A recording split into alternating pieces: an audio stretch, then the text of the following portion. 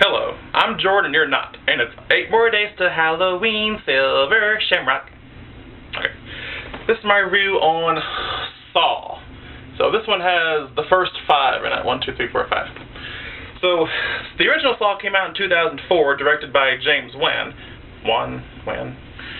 who went on to direct The Conjuring and Dead Silence. Now, Dead Silence actually scared me at the theater. And so, the first one was 2004, all the way up till 2010 when they made Saw 7 3D, the final chapter. And what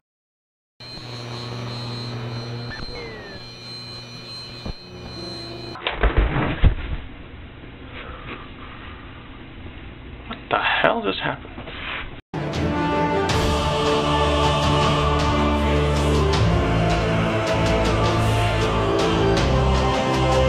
Nah. Who the hell are you? What? Who are you? I'm Captain Cinema. Captain Cinema? Never heard of you. Have you heard of me? Pumpkin Man Forever? I make reviews and shit? Nope. Not at all. Huh. Alright. Well, how did this happen? Well, I was trying to do a crossover with Minty. I mean, I found the perfect movie, but I guess I got you instead.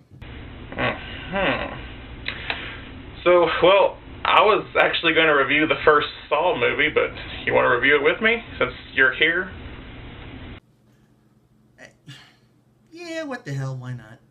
Alright. So, what's your favorite Saw movie? I really didn't care for the Saw movies. What? How dare you? How dare you, sir? That's not cool. What? I just didn't care for them. Why? It just wasn't my thing. I mean, I can understand the attraction, but it just didn't do anything for me. Give me one good reason why you hate Saw. It's gratuitous torture porn? Okay, give me another good reason why you hate Saw. Towards the end, it just stopped being about an actual plot and just, how can we kill people off in exciting fashions? Not sure if I like you yet. Well, do you want to review it anyway? Yeah, I mean, I might as well. I mean, I'm already here, so go on with your Saw review. Alright, let's get cracking. So, Saw is probably a low-budget, independent movie, am I right? Mm-hmm. Yep, you are right. The whole movie takes place in a bathroom. Kind of like a Charlie Sheen house party. Basically. So the killer, well, who's not really a killer, he never really killed anyone, his name is Jigsaw, or as we find out later, his real name is John Kramer. Did you know that? Didn't really care. After the second one, I stopped watching. You've only seen the first 2 movies. Pitiful. What do I got to work with here? Razor sharp wit and sarcasm?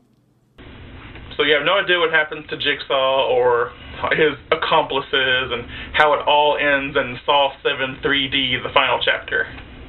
Okay, seeing as how I stopped after part 2, let me see if I can guess what happens. Okay, he kind of becomes a cult leader very similar to Charles Manson. What happens is he ends up getting a group of followers who are willing to carry out his wanna play a game scenario, and then over the course of the last, 5 movies, 7, whatever, he ends up getting all of them together to commit these acts on people that he feels are unworthy of life. Sounds like a dick thing to do. Well, alright, well, for anyone else watching, there's going to be some spoilers in this review, so if you don't want to be spoiled, get out. Okay, thank God. See ya. Hey. Hey. Hey! Captain Cinema, get back here! Hey, did he just Are you serious? Son of a bitch. Now I'm stuck with Captain Cinema's subscribers. You don't know me, I don't know you. Alright. I'll just talk really loud so Captain Cinema can hear me. And yes, I'm saying Captain minus the T. Alright, so we first start off with Adam, who's in a bathtub in this room. We got Adam and Dr. Gordon, played by Carrie Elwes. So they're trying to figure out why they're there and who put them there. And then there's a dead body in the room with them. Oh, good, you're finally back. Glad you could join us. Do you want to talk now? Okay, first off, it's Elwes, Carrie Elwes, also known as the Man in Black or Wesley from The Princess Bride. Secondly, Adam, the guy who's in the bathroom, that's the writer of the movie. So that explains why he's a really bad actor. Now, I'm not saying all writers are bad, I'm just saying that his acting was subpar? Is the best way to say it? So there's like all these traps, right? So Jigsaw sets up all these traps where people that are ungrateful to be alive, he puts them in there to test them to see if they actually want to live or not. Sometimes it's fair and sometimes it's not, because he puts people in that are, you know, they don't want to die, but he makes the people kill them for whatever reason. But here's where the moral ambiguity comes into play in this movie. If he puts people into these situations where these traps are going to end up killing them, he's kind of playing God. So who is he to play God in a life or death situation? He really has no grounds to stand on, so it, once again, a dick thing to do. So we have this backstory of Dr. Gordon, who's, the reason why he's in there is because he's kind of having an affair with his wife with this hot Asian chick. Yeah, that's gangsta. Respect. So Adam is in there because he's he's kind of like a paparazzi sort of guy. And then Danny Glover, who plays Detective Tapp, who's getting too old for this shit. He's following them around. He's like obsessed with catching the Jigsaw killer, but he thinks it's Dr. Gordon, but it's not. Or is it? Dun dun dun. So Adam and Dr. Gordon have to work together before 6 o'clock until that's when the game ends, or else one of them's gonna die. Didn't really care. I understand a lot of people don't like it. I get that.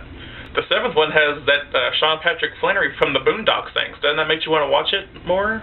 No, but Sean Patrick Flannery was also in Devil's Carnival, which was directed by Darren Lynn Bousman, who also did part 2 through whatever. I'm not quite sure about that one. But it's the same guy that also did Repo the Genetic Opera, and that movie is freaking awesome.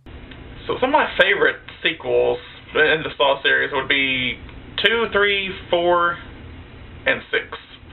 I like probably 6 is really good. It's not Saw 5. That was actually pretty bland. Like if we reviewed Saw 5 together, I would agree with you for that one time maybe.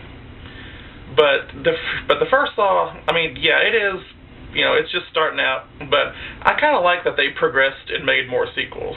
The only reason they made more sequels is because it was a cash cow. If it wasn't a cash cow, if the movie didn't become a cash cow, if it wasn't raking in the money that it was supposed to be making in, they wouldn't have made any sequels at all. I mean, you can have a really good movie, and I mean really good movie, that just fizzles out at the box office, but that doesn't mean it's a bad movie. It just means nobody went and saw it. But then again, you have a movie like this, where all of a sudden it's glorified torture porn, and everyone flocks to the cinema to go see it because they want to see the new and interesting ways in which someone's going to be killed off. Oh, someone's face is in a reverse bear trap. Oh, I have to see that one. Oh, wait, hold on. So let me get this straight. If I shove my hand into another person's throat to get a key, I live. If I don't, we both die? What the fuck? Oh, I got a present for you. You want to see it, Captain Cinema? You stay right there in that exact same spot. Don't you move.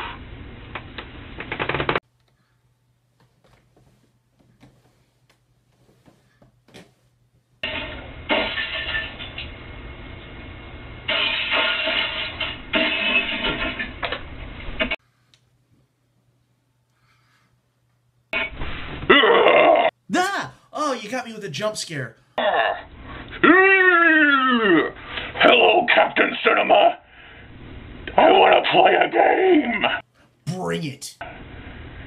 In this game, you have to review a movie with Pumpkin Man forever. Aren't we doing the review now? Yeah. So, you like my mask, Captain Cinema? Yeah, put the mask back on. At least I tried. So, Captain Cinema, what grade would you give this movie? Normally I would say skip it, but the problem with this movie is that it actually has a huge cultural significance. Were it not for the Saw series, then the movies that we watch now wouldn't kind of push the envelope the way that they do. We kind of have the found footage genre, paranormal activity. Pretty much when Halloween comes around, we think of Saw or we think of the paranormal activity movies. But the issue is with the cultural impact. Were it not for the Saw movies, we wouldn't know about Darren Lynn Blousman and the movies that he's capable of doing, nor would we have any sort of weird psychological horror, which has kind of taken over modern horror movies. So, ultimately, I would normally say skip it, but check it out. It's at least a C+. Really? Like I said, it's just not my thing. I would give it probably a B+. How's that? You know, if you watch very carefully in dead silence, you can see the Billy puppet. Yeah, his name is Billy. Did you know that? His name is Billy Puppet. It's not Jigsaw, it's Billy. I don't know why. So, you haven't seen 3, 4, 5, 6, and 7, huh? Nope, and I don't plan on it. Well, you should. What's the matter with you? There should be a lot of things that I'm not. So how do we get back to where I was, and how do you get to where you are? I mean, did you push a button to get me here to your place, or what? What happened there?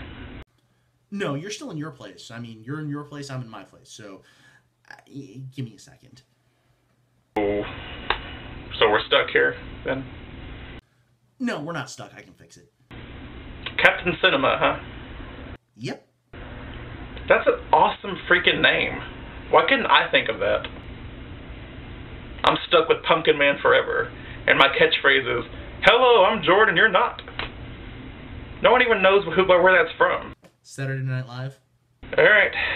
Well, if you're leaving, I guess I'll go too. This has been fun. We should do this more often. You know, yeah, we should do more crossovers. This was actually interesting. We should review Saw 3. You go to hell. Hey! Hey! Get back here! Get back here! Get back here, Captain Cinema! Guilty. Guilty. Guilty. Guilty of wanting to bring quality streaming entertainment to your Facebook newsfeed. Captain Cinema, Clinchax, Killer Collection, Midnight Cinephile Pod. All have original content streaming from their Facebook pages. Like them today. Like Trash TV today. Don't forget to subscribe to all on YouTube. Flash TV.